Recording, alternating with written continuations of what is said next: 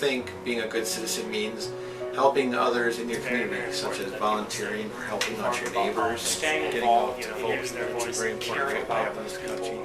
Caring about those personal relationships. It's also important. Friends. It helps our court systems in this country. Making sure that you're caring for the people making around sure you. that you're surrounding yourself with other viewpoints, what's going on. Make sure you're educated on and things that like that. that. Where problems are, having that respect for you can people, help out even with different personal relationships. A good citizen certainly around you number are one is positive. law-abiding. and voting too. I think that's a key laws part of of governance is making sure that you can Giving have back all the in education sense. in the world that you want Whether about it's your something. time, your If talent, you're not or your going to treasure, vote, that's what if you're, makes that's the simplest way to make a difference.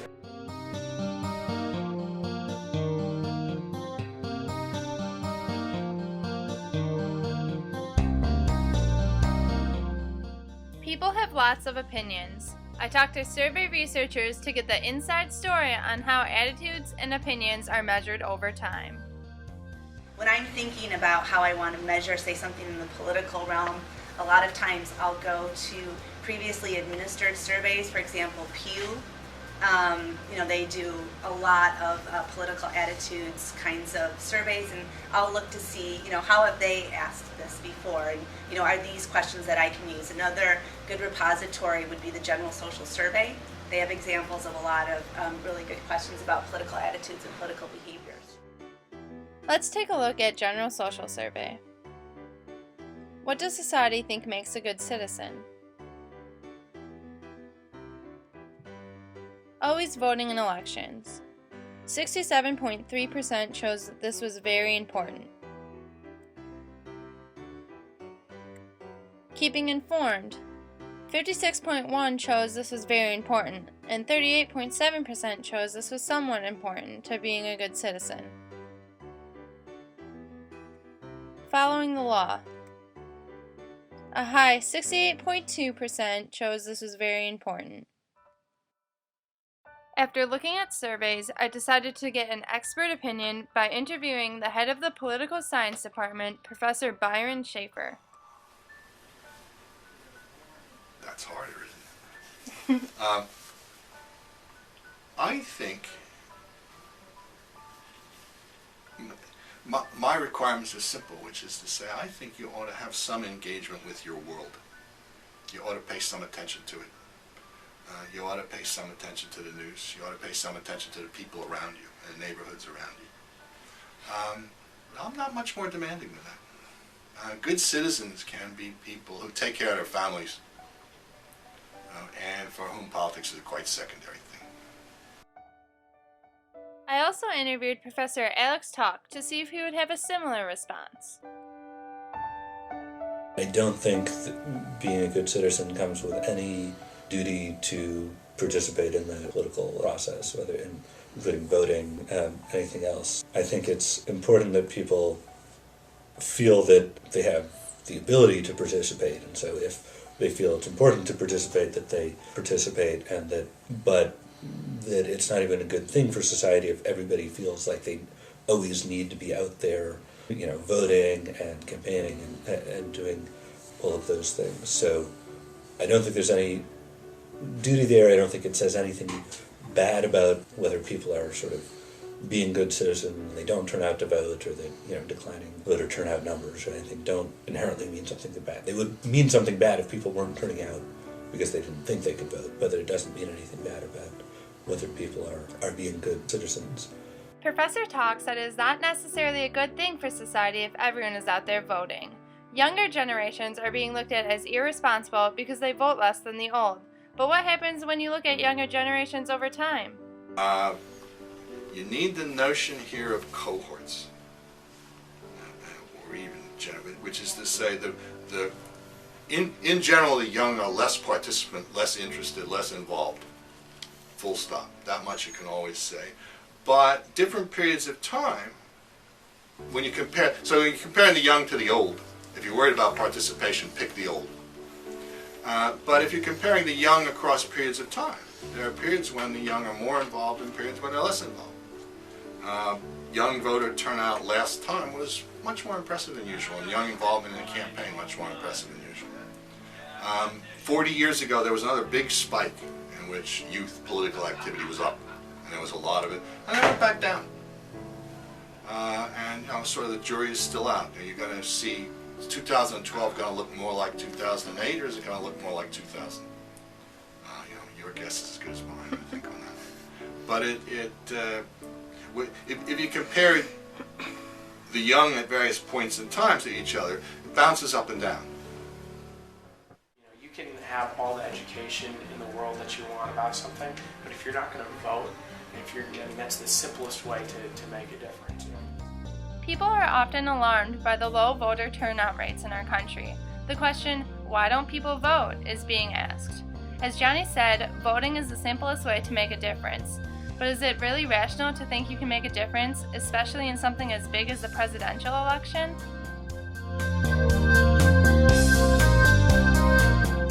I would say the question is not why do some people not vote. The question is why does anybody vote, right? I mean, there's costs, significant, non-trivial cost to voting, and your chances of impacting the outcome are, almost nothing. I think there is just no one. First of all, some people just enjoy the process, regardless of whether they think they'll have an impact. I do think there's something to that sort of way of thinking about things that, the puzzle is more why anybody votes than why anybody doesn't vote. Because to the extent that you think that you have, an effect on the outcome, you're mostly just wrong, right? I mean, you do have some marginal chance of impacting the outcome, but at least you have to think that the value of that impact is so huge that it's hard to believe that you actually think. So, yeah, to the extent that there is efficacy, it's something sort of irrational. I think in local politics especially, though, you have a way you can make a big difference, and it isn't that difficult to make a big difference. Previously serving in the U.S. Congress, Peter Barca is now the state representative of Wisconsin. I felt he would have a good view on the differences between national and local politics. When you represent, let's say, people at a local level, serving maybe in your city council, county board, or even state legislature compared to, let's say, the U.S. Congress, you definitely tend to have a much closer relationship with people you represent. Because, first of all, in the state legislature, I represent between 55,000 and 60,000 people.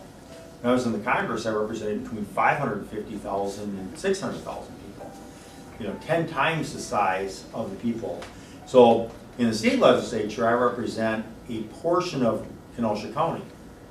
In the Congress, I represented all of Kenosha County, all of Racine County, all of Walworth County, all of Rock County, part of Greene County, part of Waukesha County.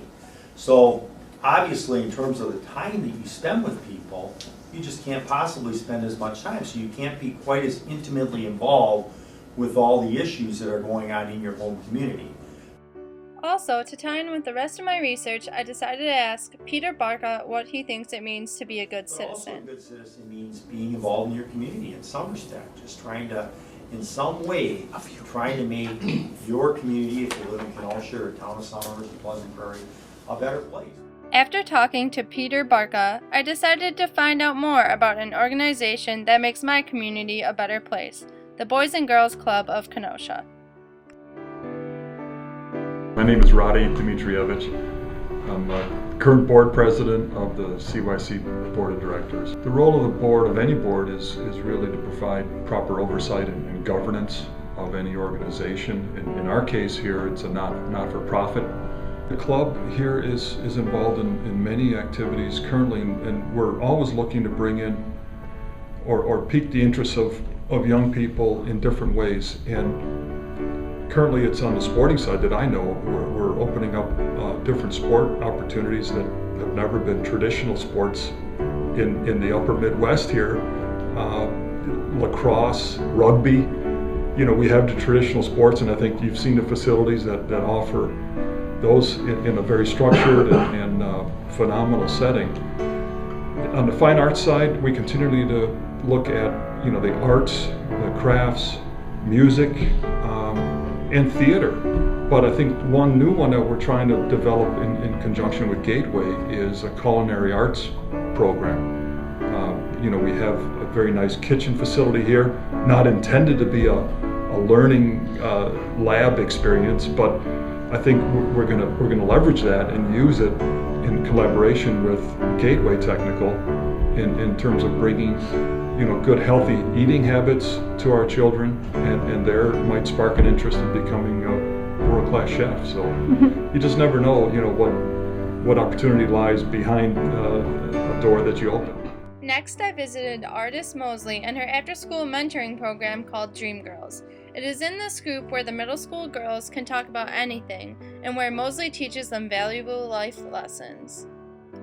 My girls join Dream Girls, say in September. They might have a D.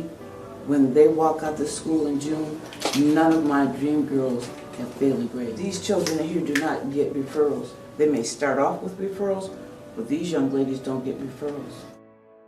As you can see, Dream Girls has impacted the lives of these young girls. Artist has given hope to the younger generations.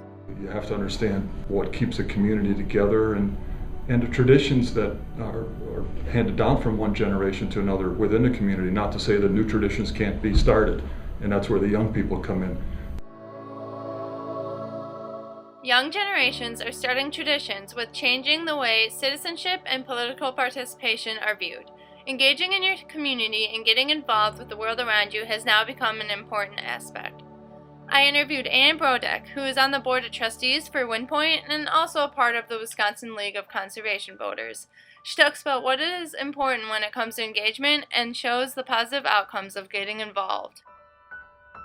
If you're passionate about it, yeah, absolutely. I mean, it gets to the point where you just, you kind of wake up and you think about that and you think, what can I do to make this, happen or not happen? And you just get kind of fired up. My favorite thing, truly, and I didn't feel this way when I first started serving. I would get so nervous when I was first elected. I'd get there and I remember I'd make notes for everything that I needed to say. We'd get an agenda and I'd make all these notes. I'd write full sentences because I wasn't sure if I was going to be able to handle all, and I didn't know how many residents were going to be there listening. And as time went on, I became more and more confident. And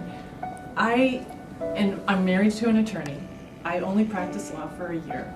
And so I come home after my meetings now and I say to my husband or to myself, I love this. I love this because I love going to a place where people listen to me and respect me and I can help to make things happen. What it means to be a good citizen is evolving.